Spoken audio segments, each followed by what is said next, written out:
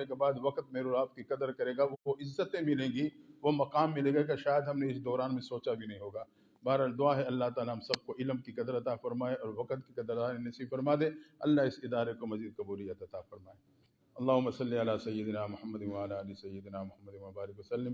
یا اللہ اس ادارے کو مزید قبولیت عطا فرما، جتنے طلباء زیر تعلیم ہیں تمام کو علم کا نور عطا فرما دے، علم کی برکات نصیب فرما دے، اساتذہ کی محنتوں کو قبول فرما۔ حضرت قاضی صاحب دام برکاتہم العالیہ ان کی کاوش و محنتوں کو قبولیت نصیب فرما دے۔ یا اللہ تمام طلباء کو ہم سب کے بچوں سمیت حصول علم کی رکاوٹ سے محفوظ فرما۔ یا اللہ اس ادارے کو شریر کے شر سے بچا، حاسدین کے حسد سے بچا، برے اثر برے نظر سے بچا۔ اللہ ہم سب کو یا اللہ علم کا نور عطا فرما۔ صلی اللہ تعالی علی خیر خلقہ محمد وآلہ وصحبہ اجمعین۔ حضرت صاحب سلسلہ نقشبندی میں بیعت فرمائیں گے؟ چادر مانگیں۔ اچھا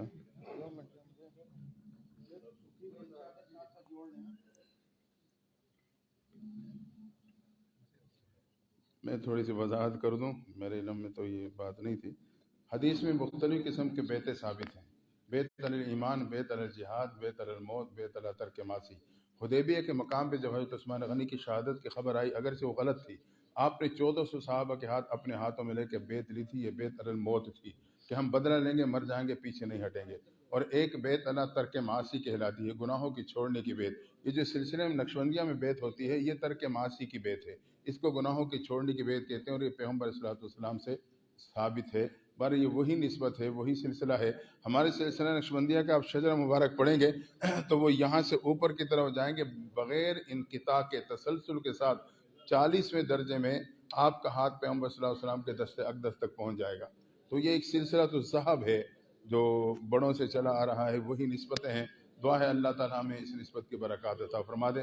نیت یہ کریں ہم بیعت کر رہے ہیں اس لیے کہ ہمیں اللہ کی رضا حاصل ہو جائے، پیغمبر صلی اللہ علیہ وسلم کی اتباع نصیب ہو جائے اور ہمارے نفس کی اصلاح ہو جائے۔ میں مختصر سے خطبہ پڑھوں گا، آپ سنیں گے۔ الحمدللہ الحمدللہ نحمده ونستعینه ونستغفره ونؤمن به ونتوکل علیہ ونعوذ باللہ من شرور انفسنا ومن سیئات اعمالنا من يهده الله فلا مضل له ومن يضلله فلا هادي له ونشهد ان لا اله الا الله وحده لا شريك له ونشهد ان سيدنا ومولانا محمدا عبده ورسوله صلی اللہ تعالی علی خیر خلقہ محمد وآلہ واصحابہ اجمعین۔ آپ میرے ساتھ پڑھیں، اعوذ باللہ من الشیطان الرجیم، بسم اللہ الرحمن الرحیم، آمنت باللہ وملائکتہ وکتبہ ورسلہ والیوم الآخر والقدر خیرہ وشرہ من اللہ تعالی والبعث بعد الموت۔ اشہد ان لا الہ الا اللہ واشہد ان محمدا عبدہ ورسولہ صلی اللہ تعالی علی خیر خلقہ محمد وآلہ واصحابہ اجمعین۔ یا اللہ بچپن سے لے کر اب تک جو گناہ کیے ہیں اس سے توبہ کرتا ہوں، میرے گناہوں کو معاف فرما۔ یا اللہ یہ وعدہ کرتا ہوں تیری دین کی خدمت کروں گا، اپنی جان سے ہو، مال سے ہو، اپنی طاقت کے مطابق، اور یہ وعدہ کرتا ہوں جائز حکم میں مرشد کی مخالفت نہیں کروں گا۔ آپ سلسلہ نقشبندیہ میں شامل ہو چکے ہیں، جیسے کہ ایک ڈاکٹر نبض دیکھنے کے بعد کاغذ پر نسخہ لکھتا ہے، نسخہ جیب میں رکھ لوں تو فائدہ نہیں ہوتا، استعمال کروں تو افاقہ ہوتا ہے۔ اسی طرح ایک روحانی علاج کی ترتیب ہے، بیعت کرنے کے بعد اس کا مختصر سے نسخہ ہے، اس کی پابندی رہے تو دل کی دنیا پلٹ جاتی ہے۔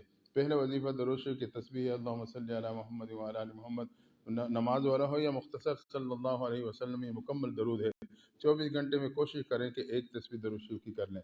دوسرا وظیفہ استغفار ہے، استغفر اللہ ربی من کل ذنب واتوب الیہ، ایک تسبیح درود شریف استغفار کی کریں۔ تیسرا وظیفہ قرآن مجید کی تلاوت ہے، روزانہ ایک پارہ ہو، آدھا پارہ ہو، پاؤ ہو، حافظ قرآن منزل کے مطابق پڑھے، کچھ نہ کچھ حصہ روزانہ تلاوت کریں۔ یہ تین وظائف ذکر لسانی میں آتے ہیں، درود شریف، استغفار اور تلاوت۔ چوتھا سبق وہ ذکر قلبی کا ہے، دل کا ذکر۔ اس کی ترتیب یہ ہے کہ آپ نے تصور، دل پہ تصور رکھنا ہے، جیسے میرے منہ میں زبان ہے وہ اللہ کا نام لیتی ہے، اسی طرح سے دل ہے اور یہ کہتا ہے اللہ اللہ اللہ۔ یہ آپ نے بلند آواز سے نہیں کہنا، خاموشی کے ساتھ دل پہ تصور رکھنا ہے، اس کو کہتے ہیں رابطہ قلبی۔ خاموشی کے ساتھ دل پہ تصور رکھنا ہے، میرے دل اللہ اللہ کہہ رہا ہے، اس میں ذات کا ذکر ہے۔ یہ اس کی ترتیب کم از کم روزانہ 15 تسبیحات ہیں، 15 تسبیحات سے مراد یہ کہ 1500 دفعہ اللہ اللہ دل سے کرنا ہے. ٹائم پہ کریں گے آدھا گھنٹہ لگے گا, تسبیح کریں گے 15 تسبیحات ہیں. اور اس میں بعض دفعہ ایسا ہوتا ہے کہ اسباق کی ترتیب ہوتی ہے, امتحانات کے دن ہوتے ہیں, تو اس میں آسان ترتیب ہے کہ آپ چلتے پھرتے اٹھتے بیٹھتے بھی یہ تصور رکھ کے اس ترتیب کو پورا کر سکتے ہیں. تو یعنی آسانی کے ساتھ ہم یہ اسباق کے ساتھ دورانیہ میں اپنے وظائف کیے جا سکتے ہیں.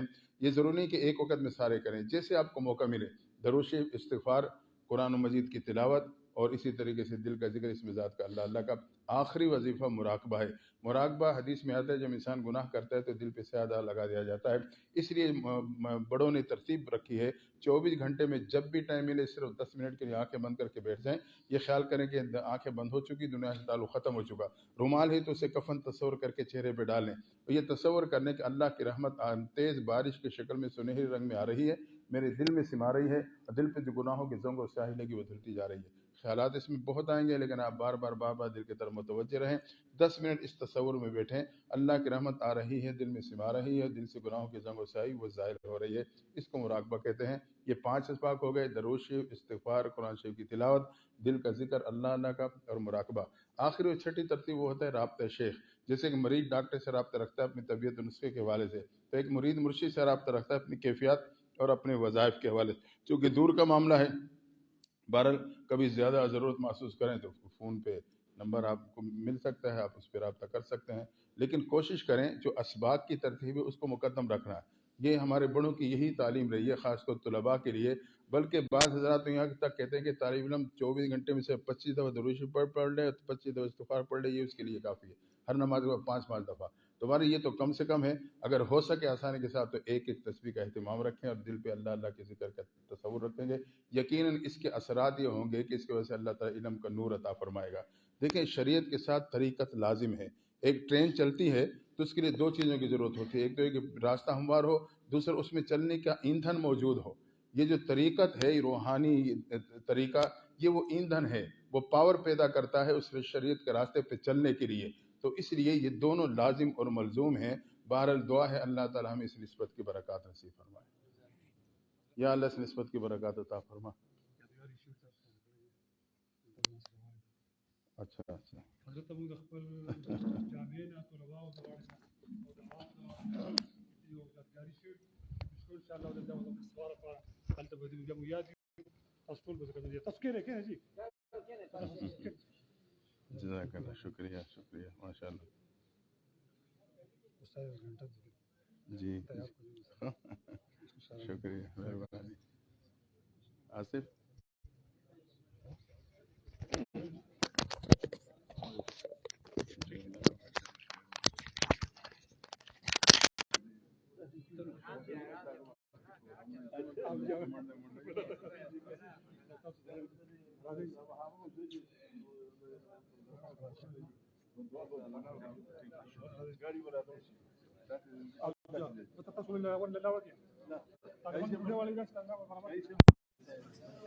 عثمان کا سنگے بس لا